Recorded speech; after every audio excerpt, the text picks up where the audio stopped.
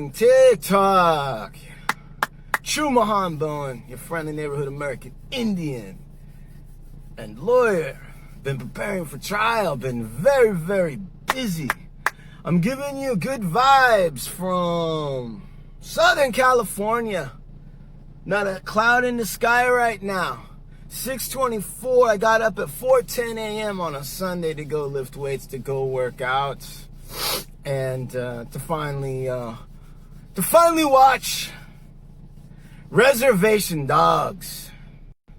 One of the crazy things, and I don't think I'm alone in this, but when a lot of people ask me all the time, like, hey, have you seen a certain movie? You could put almost any movie in.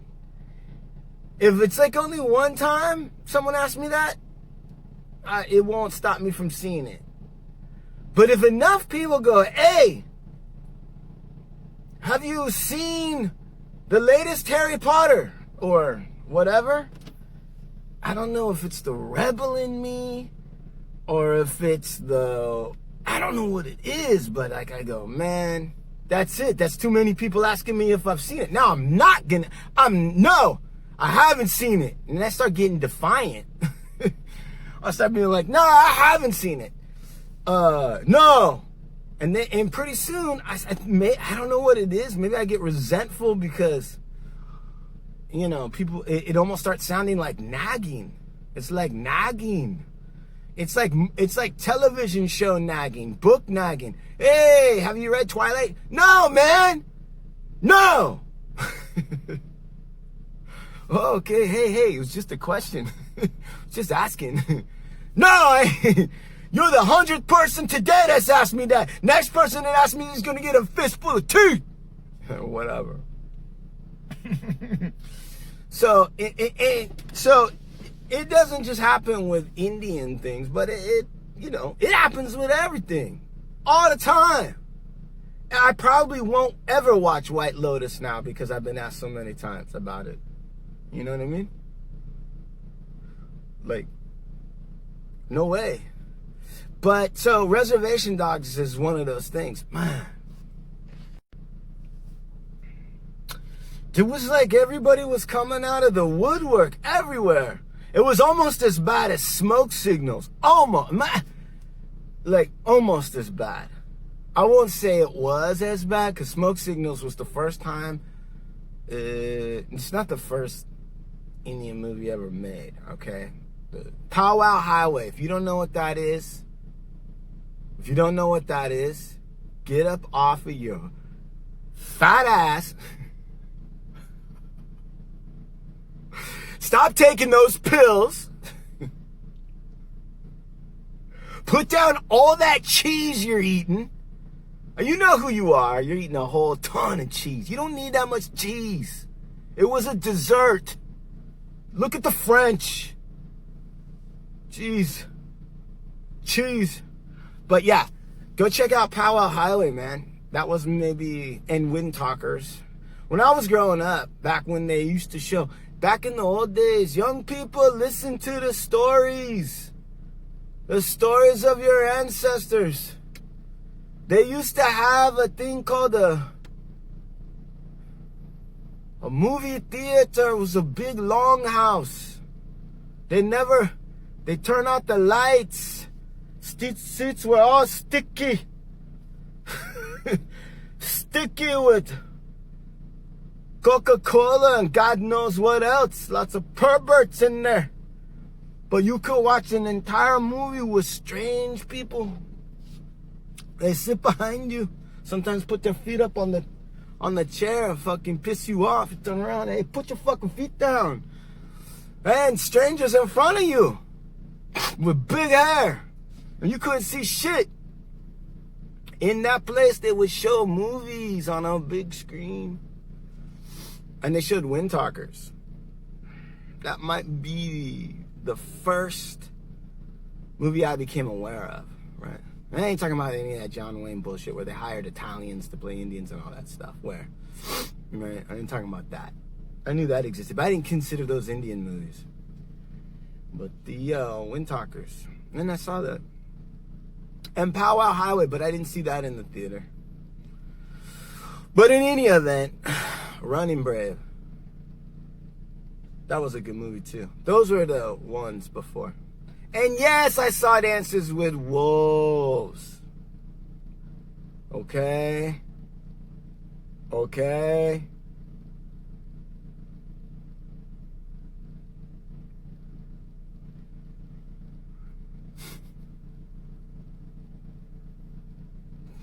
Anyway. Smoke Signals, everybody drove me nuts. I never saw it. Just not going to see it. Just not going to see it. But Reservation Dogs, I finally got around to it. Mainly because I'd already watched through the Last of Us, you know, which is a great sci-fi thing. I think the idea of fungus taking over the central nervous system of humans like the ones in ants, I think that's a much better metaphor for what we see today. That's a whole different topic.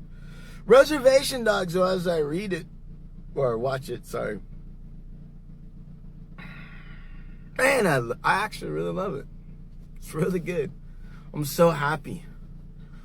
You know, I do think that they've caught, from my experience, you know, I grew up on a reservation in the 1980s. I did. And it's like that, you know, it's like, on the one hand, everybody's, you know, got an ironic, you know, Indians have been dealing with irony long before these hipsters, long before the hipsters. You know, you got to imagine the level of irony for a culture of people that, you know, have watched all these, minions who thought they invented something when they showed up to the United States, you know, minions who thought that they, you know, understood something about God, or, you know, imagine you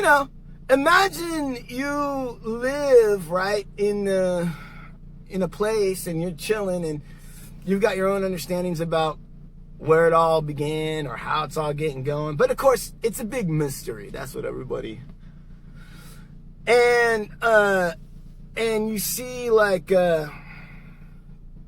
these people from a king, you know, with, you know, coming and they're, you know, basically they're lusting after the golden women, right? Which, look, you know, every human understands that.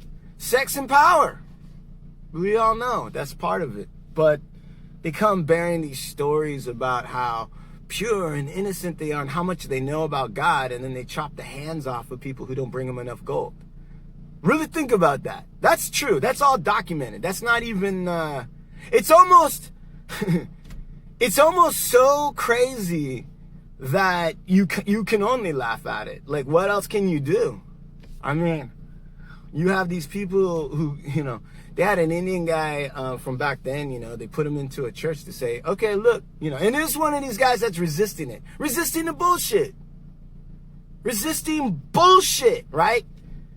Like, if you get to the level of the Pope of the church who's wearing, like, you know, suede red slippers and a dress and making people kiss his rings and all that stuff with so much money that you don't even know where it all is, right? And every, like, 10 years, you know, task somebody, a committee. Hey, we need a committee to find out what happened to that gold, that little bit of gold over by the temple that I don't know where it went, right? And then, yeah, you know, only that person really understands that it's all bullshit, right? No, spirituality, love, kindness, that's not bullshit.